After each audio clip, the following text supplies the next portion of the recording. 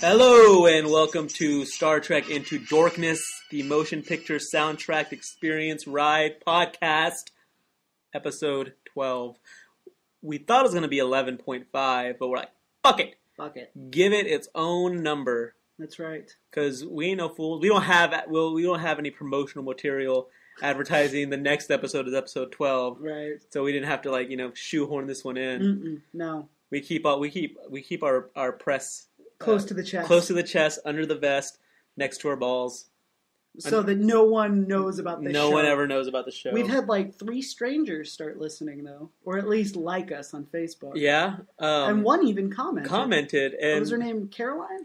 I believe so. But I was Caroline, if you're listening, hello. Hi. Thank you for commenting. That was awesome. That made my week. Yeah, I don't know who this is, but let's talk Trek. Let's talk Star Trek Into Dorkness, brought to you by Mountain Dew Kickstart. Kickstart your heart. Yes. Literally, if you drink enough of them, your heart will explode. Dude, I'm crushing my 10th in 24 hours, I think. Are you tumbling right now? I'm so tumbling. I'm tumbling my balls off. Are you riding high? Or are you on a caffeine buzz that's just been going for a day? Caffeine doesn't really affect me really too much. Yeah. I'm 30 years old and it still affects me like I'm a kid with his first cup of coffee. I'm still I can't drink a whole 5-hour energy. I have to be careful about how many sodas I have in a day. I'm really caffeine susceptible. I'm substance susceptible. I'm still a lightweight with alcohol. Mm-hmm. If I were to take drugs, I'd probably be a lightweight with those. With Star Trek, I'm a lightweight. I gotta be careful about it. Just one a day, if that. If that. Jiminy Jillikers. So many ideas flying around. So much misogyny. So much misogyny. I can only enjoy so much misogyny in a 24-hour period. Dude, if they thought the what episode did our new fan comment on? Oh, the Enemy Within. The Enemy Within. Rape Captain. Yeah, if you thought that was misogynistic, you got watch Turnabout Intruder and let your mind explode. I mean, that's with literally the sexism. The thesis of the episode is misogynistic. Is women aren't good enough and go crazy because of that fact. Right. Well, if you're too ambitious as a woman, you will go mad. You'll go crazy. You turn into a bad person. You turn into a bad person. But let's not get ahead of ourselves. You're right. Last 3 episodes of Star Trek. I'm going to say it ended with more of a whimper than a bang. Yeah. And I also have an alternate way they could have made the last episode so much cooler, which we'll get to. We'll get to that. My fan fiction for Turnabout Intruder. We'll get to that. First episode is The Savage Curtain. Originally titled Space Lincoln. Originally titled The Space Emancipator. Outer Emancipator from the Great Beyond. Lincoln versus Klingons. Lincoln, Blinken. Space Lincoln. Space Lincoln. So he shows up. And at Jump Street. And he's like, hello, I'm Space Lincoln. Floating in space on a chair. He's like, do you still measure time in minutes? And Kirk says we can calculate it, which makes no fucking sense because there have been so many Earth time deadlines throughout the last 4 hours, plus episodes. Exactly. You have 1 hour. And it's just one of those the writer's oh, this is the future. This is the future. They don't do minutes anymore. Yeah, we can calculate it. No one's gonna. Is Kirk trying to impress Lincoln? And no one's guy, I know you want to be cool. I know this is your first Trek episode, and you're the last probably. Let's not kid ourselves here. The teleplay was by Gene Roddenberry and Arthur Heinemann.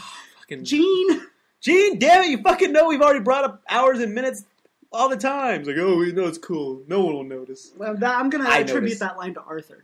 Fucking Arthur. So he's like, can I come aboard? And Spock's like, there's no fucking way this is legit. This is a foolie. And Kirk gives him full presidential honors, and Scotty's like, or is it? He's like, I'm gonna put on my fancy green shirt. That's right. But yeah, Spock's like, this is a foolie. There's something on the planet that we're orbiting that can read minds and manipulate matter, is what he says. Which is a pretty badass superpower. But Kirk's like, shut up, you fucking killjoy! I'm gonna meet my hero! And yeah, it's that's one of his heroes, and he invites him aboard, and yeah, like you said, he gets a full presidential, full presidential honors. Everything but a ticker tape parade and a marching band, and an elephant and the guy on the stilts. Yep. But and I thought Lee Bergere was pretty good. He's the guy who plays Lincoln. He's no Daniel. Actually, he's better than Daniel Day-Lewis. Let's not kid ourselves here. No. He calls Uhura a negress. Charming negress. Because you're like, what a charming negress. And she doesn't say anything for a minute. She's just sort of dumbfounded by it. She's like, what? And he's like, oh, I'm sorry. That's what we say back, in my time. Right, back in the 1860s. Like, no offense. And she says that words have no power in the future, pretty much. She's like... Which is nice. Yeah, Kirk said it was like our last prejudice to be... one of our last prejudices to be erased or destroyed. Or so, which... It's a nice idea. It's a nice idea. I mean... But it's not really true either, because... McCoy is constantly calling Spock racist names. Like a hobgoblin and ice water veins and shit like that. Sideways boner. But I don't know, like, see, it's little things like that, like, oh, the future will be like that. But still, like, they hate women so much. Yeah. Which, I mean, they really, really which do. I guess makes sense with the world, with society as a whole, with history. Watch Mad Men and watch the relations between men and women, and you can pretty much project kind of the minds of the writers on Star Trek. And obviously, but I mean, what I'm talking about is like African American, black people. I'm not fuck political correctness. Those people that are black, yes, or at least the men, they could vote before women. Like any woman could vote. Yes. Like they're like these people that we used to these people that we used to treat as property. The ones with the dicks, they can vote. The other ones with the hoo-has, sorry, Mary Todd thanks. Lincoln. No thanks. Right. But it's just the show's got problems with women. I think the world had problems. The world has problems. The world still has problems with women. It's better, but it's still not great. I'm gonna put that. You're gonna go out on a limb there, buddy. Yeah, I'm really far out on a limb. I'm alone out here. I know. None of my other liberal friends think this at all. They're like, "You're crazy. Feminism won. We live in a perfect world." They won, dude. We won. We won. Feminine mystique. You can put it out of print. We don't need it anymore. Put it in a museum. So Space Lincoln invites them down to the planet to chill. Except they don't have like anything, like it's just them. They're like them in their clothes, like no tricorders or anything like that. Well, their equipment disappears. Yeah, exactly. Yeah, like they're like, what happened? And Lincoln's like, I have no idea. Because he wears suspenders. Well, I was he's playing like, with his coat. With his coat, he's like, like grabbing like the lapels. Like, I have no idea. I'm just a simple country lawyer. Well, actually, he didn't have a southern accent because he's not from the South. Otherwise, he would have gone on a very different side of the Civil War. So they're chilling out on the planet, and then they see another Vulcan. His name's Serac. And he's like the badass. He's the Lincoln of Vulcan. Yeah, he's like the dopest Vulcan ever. And Spock loses his hobgoblin mind. Well, no, like actually, he would if he like legitimately met him. But he's like, this shit isn't logical. That ain't him. That's just a picture. Right. That's just a picture of him. This is some Vanilla Sky shit going on right now. And then a rock monster, a really cool rock monster. I like the rock monster. It kind of reminded me of something you might still see on Doctor Who. His name was Yarnik. Yep. And he shows up and he's all like, let's do a social experiment. Good or evil, which is doper? Yeah, like apparently they don't have the philosophy of good or evil on Rock Monster Planet. They're like they have it. They're like, I don't know. Which one are we gonna be? Yeah, it's like Aristotle or Plato. Ooh. I guess good and evil aren't universal precepts. I guess that's kind of a neat idea, though. The idea that there are so many ways to live that we haven't even thought of on Earth, that like good and evil are just a minor subset rather than like the governing. Well, I mean, I think that Dungeons and Dragons has got it down pat. You got your chaotic good. You got your chaotic good, your chaotic neutral, your chaotic evil. Right. Your neutral, your lawful good, your lawful neutral, and your lawful chaotic lawful. Right. So, I mean, they've got it all. Pretty much it. Right. They got it. They got the human genome, mapped out. That's fucking true. it. The psychological profiles are there. What's the name of the company that makes Dungeons and Dragons? It used to be TSR, and now it's Wizards of the Coast. Wizards of the Coast. No, TSR had that shit online. Totally super radicals. That's probably what it stood for. Right? No, it stood for something else. Or maybe it's like TRS. I got TRS disease. Totally radical Steve. That's the dude who started it. Yeah, His name's exactly. Steve. No, I don't remember what it is. It went out of business. Steve though, Dungeons and John Dragons really came up with a great game. So Garnick's like, he makes a Genghis Khan, another human warlord who, Yeah, he was like a genocidal maniac from our future, I guess. well, yeah, like, who we haven't seen yet. Right. He's from the 21st century, so, I mean, we still Right. got a lot of the century to Is go. that Colonel Philip Green? Colonel Green, Okay, and then, plus a Klingon and a lady. right. And then, so they're pitted in a battle royale with against Kirk and Spock, Right, plus Space Lincoln and Sirach. right. Vulcan Jesus. The brawl to settle it all. Now, Vulcan Lincoln wants to use diplomacy, right?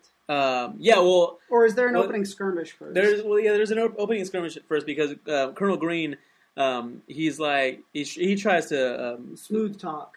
he's like, hey, Captain Kirk, come on, it's cool, but he's planning a sneaky attack. Where Kirk used to be a bookworm at the academy, so he's like, I know fucking all about you, homie. Right. I know your shit. I used to read books. Like, I know your shit, dude. Don't fucking sell me fucking bananas and tell me the plantains. I want a fucking plantain. I know your shit. And so the attack fails. The sneak attack fails. Yep. And they're like, we should have given him a plantain. We really should have. Because he's really pissed. That's an awful plantain joke. I don't know. Or this is a downward spiral. A For kid, us, a too. kid is pulling us into its mediocrity, like a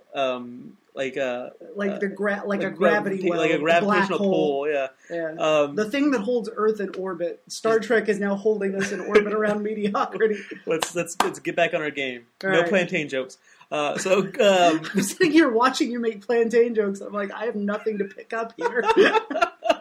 So they start fighting. Kirk gets really pissed, and Yarnik is all like he's like, we're not going to fight, and Yarnik's like, you have to fight, and Kirk's like, no, we don't, and Yarnik's like, well, you do because we'll blow up the Enterprise in 4 hours. And he's like, Kirk's like, I don't know. I don't know what that means. I don't know what that means. Let me convert it. Yeah, give me my tricorder so I can enter a calculation. I have a conversion table in my wallet if you'll beam it down. And so I guess he converts it. And he's like, He's okay. like, Oh my god. That's not long at all. That's not long at all.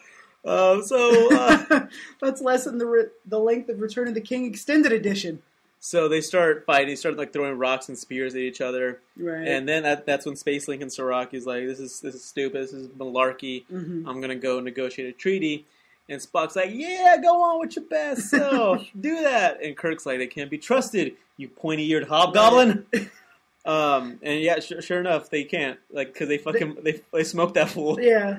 And Lincoln decides to sneak off, right? Well, they hear him be like, come help me, I need some help. Apparently the Klingon is a gifted mimic? No, the lady is. The lady, okay. And Kirk's like, let's go help this fool. And Spock's like, man, no Vulcan, especially that Vulcan, would go out like a punk screaming for help. That shit ain't right. That shit ain't logical.